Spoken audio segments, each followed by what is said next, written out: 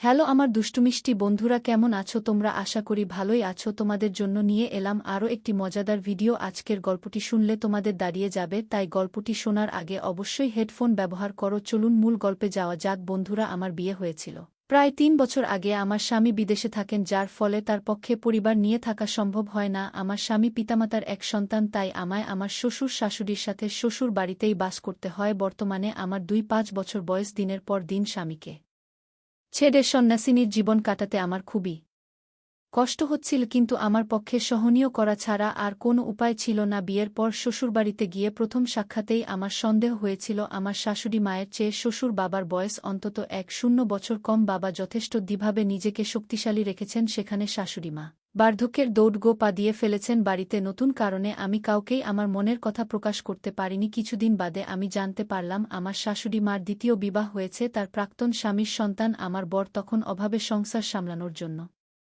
শাশুড়ি মা গৃহশিক্ষকতা আরম্ভ করেছিলেন। ওই সময় উনি নিজেরই এক ছাত্রের প্রেমে পড়ে তার সাথে বিবাহ বন্ধনে জড়িয়েছিলেন, এবং সেই ছাত্রই বর্তমানে আমার শ্বশুর বাবা। আমার স্বামী কাকন তার সৎ পিতাকে বাবা এবং মাকে মামনি বলে সম্বোধন করে। সেই সূত্রে আমিও মশাইকে বাবা এবং শাশুড়িকে মামনি বলেই সম্বোধন করতে লাগলাম। বাবা খুবই মিশুকে এবং সবসময় হাসিমুখ, সেজন্য প্রথম থেকেই আমার ওনাকে খুবই ভালো লাগত। বাবা কাকন এবং আমার সাথে বন্ধুর মতোই মিশতেন এবং ঠাট্টা আর কিও করতেন। আমার মনে হচ্ছিল মামনি বাবা এর চেয়ে বয়সে যথেষ্টই বড় এবং শিকা হবার কারণে তার ব্যবহার যথেষ্টই গভীর। তাই সময়ের সাথে বাবা এবং মায়ের মনের মিলটাও দিন দিন যেমন কমে যাচ্ছিল। বিয়ের প্রায় মাস খানিক সময় কাটানোর পর কাকন বিদেশ চলে যায়। তখন বাড়িতে বাবা, মামনি আর আমি থেকে গেলাম। বিদেশে থাকার অর্থ হলো কাকন কবে আবার ছুটি পাবে আর বাড়ি ফিরবে তার ঠিক ঠিকানায় নেই। সেই অবস্থায় আমাকে একা একা থাকা ছাড়া আর কোনো উপায় দেখলাম না। আমার পোশাক পরা নিয়ে শ্বশুরবাড়িতে কোনো বিধিনিষেধ নেই। আমি সালোয়ার, কুর্তা, পাশ্চাত্য পোশাক সবকিছুই পরতে পারি। যে কোনো পোশাকেই আমায় খুব মানায়। কাকন চলে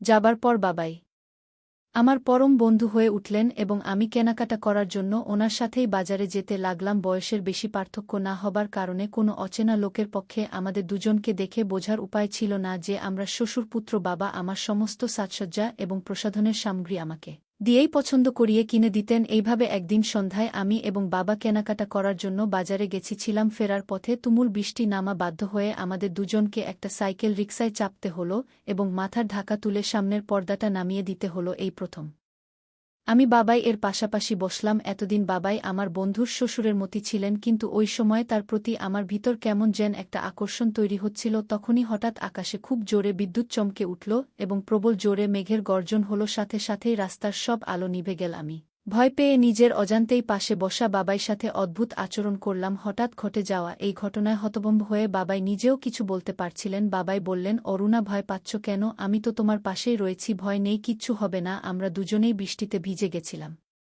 আমি ফ্রেশ হবার পর হাত মুখ ধোবার জন্য বাথরুমের দিকে এগলাম। বাথরুমের দরজাটা ভেজানোই ছিল, তাই আমি সামান্য ধাক্কা দিতেই সেটা খুলে গেল। বাবাই তখন বাথরুমে ছিল। কোনো কারণে উনি বাথরুমের দরজার ছিটকিনি তুলতে ভুলে গেছেন। সরি বলে আমি ওখান থেকে চলে আসলাম। এর ৩-৪ দিন বাদেই আমার শাশুড়ি মা ঘোষণা করলেন তিনি ১ সপ্তাহের জন্য বাপের বাড়ি যাচ্ছেন, কারণ তার ভাই খুবই অসুস্থ। এই সময় আমায় ঘরের কাজ ও শ্বশুর মশাইয়ের দেখাশোনা করার দায়িত্ব নিতে হবে। আমি মনে মনে আনন্দে নেচে উঠলাম। আমি ওইদিন সন্ধ্যায় পার্লারে গিয়ে মাথার চুল এবং আইব্রো সেট করালাম। বাড়ি ফিরে খাওয়া দাওয়া করে ঘুমিয়ে পড়লাম। পরের দিন ছুটির দিন ছিল। বাবাই কাজে বেরোবেন না। সকালেই মামনি তার বাপের বাড়ি চলে গেলেন এবং বাড়িতে আমি আর বাবাই রয়ে গেলাম। কিছুক্ষণ বাদে বাবাই স্নানের জন্য প্রস্তুত হলেন। এরপর বাবাই স্নানে চলে গেলেন। বাবাই স্নান হয়ে যাবার পর আমি স্নানে ঢুকলাম। ওই সময় বাথরুমের লাগোয়া ঘরে বসে বাবাই কাগজ পড়ছিলেন। আমি বাবাইদের পাশে গিয়ে বসলাম। আমি বললাম, আমাকে তোমার কেমন লাগে? আমি কি সত্যিই সুন্দরী? আমার থেকে তোমার বয়স এমন কিছু বেশি নয়। বাবাই পুত্রবধূর এমন কথায় থমথ খেয়ে বললেন, তুমি সত্যিই সুন্দরী। আমি মুচকি হেসে বললাম, ব্যাস এইটুকু প্রশংসা? বাবাই একটু ইতস্ত করে বললেন, না, সে কথা নয়। তোমার প্রশংসা সারাদিন সারারাতেও শেষ করা যাবে না। আসলে তোমার আর আমার সম্পর্ক একটা পাঁচিলের মতো, যে এটা অতিক্রম করতে গেলেই লোকের চোখে খারাপ বলে মানা হবে। আমি হেসে বললাম, বাবাই, আমার আর তোমার সম্পর্ক লোক সমাজে যা বলেই গণ্য হোক না কেন, আমার তাতে কিছু যায় আসে না। মামনি এবং তোমার বয়সের যা পার্থক্য আমি স্পষ্ট বুঝতে পারছি। উনি এখন তোমায় ভালো সময় দিতে পারছে না। আমার কথা শোনার পর বাবাই বেশ ঠাস্ত হলেন এবং আমার প্রতি তার ইতস্ততা অনেকটাই কমে গেল।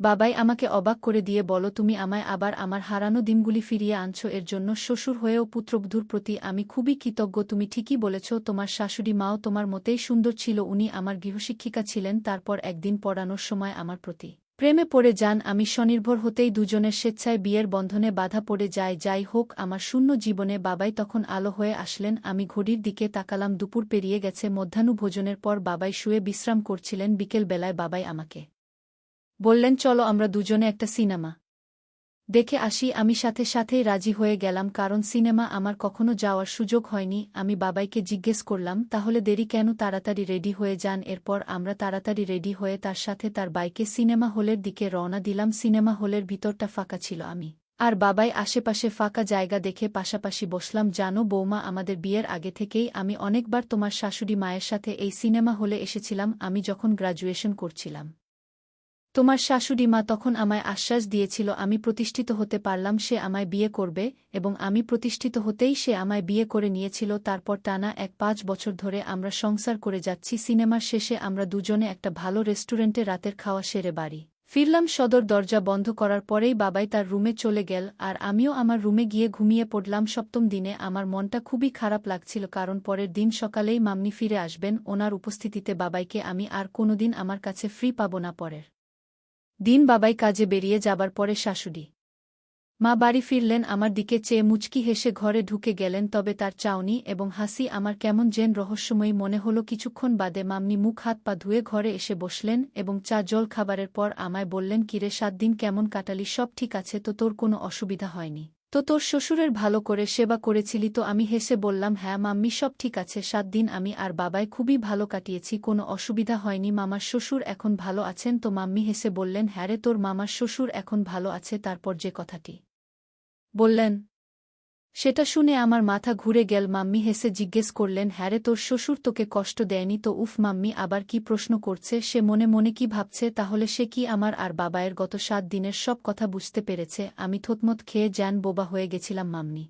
আবার বললেন শোনো আমি সব জানি এবং সব বুঝতে পেরেছি আমি নিজেই এটা চেয়েছিলাম আমার বয়স হয়েছে ঠিক তেমনি বিয়ের ১ মাস পর থেকে কাজে যোগ দেবার ফলে ছেলে বাড়িতে থাকতে পারেনি আমি সেটা বুঝতে পেরে ইচ্ছে করে ১ সপ্তাহের জন্য বাপের বাড়ি গেছিলাম যাতে আমার অনুপস্থিতিতে তুই আর তোর শ্বশুর পরস্পরের সেবা করতে পারিস তোর মুখ চোখের সুখের অভিজ্ঞ দেখে আমি বুঝতে পেরে গেছি আমি আমার উদ্দেশ্যে সফল হয়েছি তুই ভয় পাসনি আমি ভীষণ খুশি হয়েছি মাম্নির কথা শুনে আমি মাম্নির চোখের দিকে তাকাতেও পারছিলাম না কোনো কথাও বলতে পারছিলাম না তবে তার বাপের বাড়ি যাওয়াটা যে উদ্দেশ্য প্রণোদিত ছিল সেটা জেনে আমার ভিতর খুব আনন্দ হচ্ছিল মাম্নি কত মহান তাই নিজেই আমায় সুযোগ করে দিয়েছিলেন সারাদিন আমি মাম্নির সাথে আর কথাই বলতে পারিনি সন্ধ্যায় বাবাই বাড়ি ফেরার পর মাম্নি তাকে হেসে বললেন কি গো কেমন আছো মাম্নির কথায় বাবাইও থমথ খেয়ে কোনো উত্তর দিতে পারেননি রাত্রি ভোজনের পর বাবাই ও মাম্নি নিজেদের ঘরে চলে গেলেন এবং আমি আমার ঘরে ঢুকে পড়লাম কিছুক্ষণ বাদে আমার ঘরের দরজায় টোকা পড়ল আমি ঘরের বাহিরে বেরিয়ে দেখলাম মাম্নি দাঁড়িয়ে আছেন উনি আমায় বললেন এখনই আমার ঘরে আয় তো একটা বিশেষ দরকার আছে আমি মাম্নির সাথে ওনার ঘরে ঢুকলাম মাম্নি বলল আজ থেকে আমরা একসাথেই ঘুমাবো এরপর থেকে আমি প্রতি রাত বাবা ভাই আর মাম্নির মাঝে শুইতে লাগলাম এইভাবে দিনের পর দিন মাসের পর মাস কাটতে থাকল আমাদের সুখের দিনগুলি বন্ধুরা আজকের মতো এখানেই শেষ করলাম দেখা হবে পরের ভিডিওতে সবাই ভালো থাকুন।